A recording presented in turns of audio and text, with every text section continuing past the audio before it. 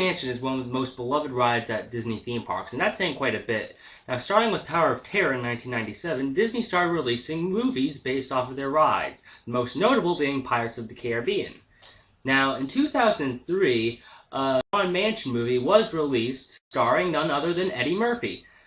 And let's just say it's not known for being very good. Now, a video game was actually released around the same time, which was commonplace for movies back in the day. But the weird thing about this one is, aside from the Haunted Mansion license, it has absolutely nothing to do with the movie. Normally I don't do this, but seeing how I started off the review, I'm actually going to start off with the story of the game first. Play as Zeke Calloway, a young man who spent his childhood in orphanages learning how to fend for himself. His dream is to become an author, but he doesn't know what to write about. Instead, he looks for another job, and hopefully it'll give him ideas. He takes the job of assistant caretaker at what Zeke calls a rather foreboding rural estate. And guess what? It's haunted. Woo! I am never going to do that again. Yes, the friendly ghosts of the mansion come to greet him, and he faints upon sight. The ghosts lead him to Mam Leota, who informs him of the situation, and since I'm incredibly lazy, I'm going to let her do all the talking. We couldn't just have the newspaper ad read, "Wanted, brave soul to rid haunted mansion of evil spirits," now could we? If we had, you wouldn't be here now, and the fate of this house and all who dwell within it would be sealed forever. This house was once home to many friendly ghosts, but a powerful, evil man named Atticus Thorne has taken over the estate, corrupting the memories of many of the ghosts and turning others into evil spirits to serve his will.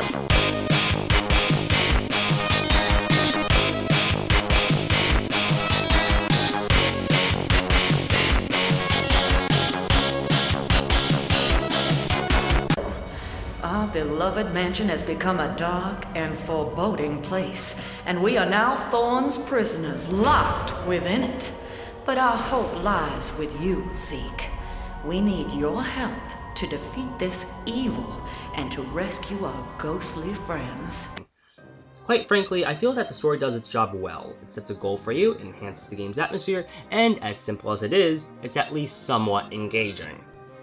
The presentation is good as well. The graphics are quite average, but they have a lot of charm and character, so I really can't complain about them too much, and the soundtrack is decent. None of the songs are painful to listen to, and actually can get really good sometimes, but for the most part, it's quite average. Now onto the gameplay, and thankfully that's this game's strength. Your objectives are very simple. Enter a room, solve a puzzle, turn on the lights, and find and collect the remains of the evil spirits, which are called shriveled souls. After all of that, you move on to the next room. Along the way, you'll collect pieces of a ghost death certificate. Eventually, you'll come across said ghost, and they'll give you a soul gem in return, which gives you a new weapon and a whole crap ton of shriveled souls. This is just great, because you have to collect 999 of them.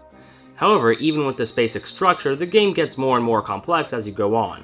The stage progression becomes far more open as you progress, along with the puzzles just getting crazier. Now, the main emphasis of each stage is the puzzle solving, and that's the major difference between this game and, say, Luigi's Mansion. And quite frankly, it's the main reason I like this game a lot more than Luigi's Mansion. Now, normally this wouldn't be the case. In most games with a heavy emphasis on puzzle solving, like The Legend of Zelda Ocarina of Time for example, I just don't find myself engaged by the puzzles, and I get very bored easily as a result. As in this game, the puzzles are the game's way of throwing something unsuspected at you in every stage. They're also just really amazing on a design level and on a visual level. They're just so creative.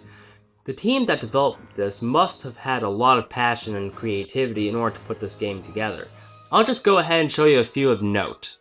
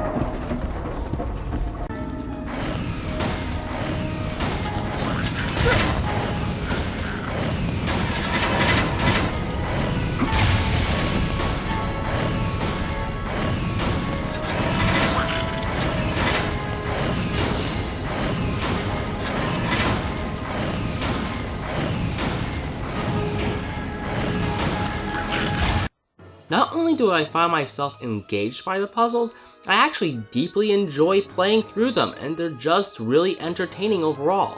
A lot more entertaining than constantly pushing bricks around in my personal opinion. Though I am aware that I am on minority on that. Now, Atticus Thorn doesn't want you to bring the mansion back to its former state, so he has sent a whole load of evil spirits your way, and along the way the variety of enemies greatly increases, and the enemies themselves are often introduced rather creatively, both through the gameplay and the cutscenes. Like here, a woman with hair over her face is calling Zeke to follow her. When you meet her in the kitchen, well, I'll let you see for yourself.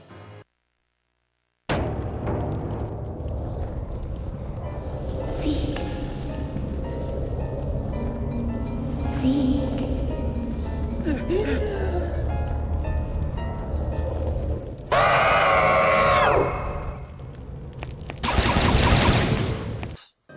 There's also this level where you trap yourself in the closet and all of a sudden the series of pathways is revealed. Then you're told that something is following you and you have to hurry down the right path. After that, you close the closet door and the ghost that was following you breaks through the door, and that's how you're introduced to the Reaper enemies. Again, it just shows the amount of thought that was put into the game, and it's very easy to appreciate, especially from aspiring developers such as myself. Every now and then you have to fight against Atticus Thorn himself, and while very simple, these fights are quite fun. Perhaps that's because he's just so much fun to watch and listen to. I mean, just listen to some of his lines. Truly, everything that lives dies if you give it enough time. But patience, I'm afraid, is one of the many virtues you'll find that I, well, lack. From the mightiest king to the tiniest sparrow, all will become nothing but ashes, dust, and food for worms. Ah, yes. In the end, the worm conquers all. That, and I should mention, the final boss is just epic. Well, overall, this may not be one of my favorite games, I would still say that it's absolutely worth playing. So if you just happen to come across this game at a game exchange or a GameStop or something, I'd highly suggest taking it into consideration. I wouldn't say it's the best, but it's still pretty damn good. Unlike my conclusions. Now, I just wonder what kind of games the developers are doing now. Let's see, High Voltage Software. I was not expecting that. Well, with that, I'll see you next time. What will I be reviewing next time, you might ask? Well, let's just say that'll be For Great Justice.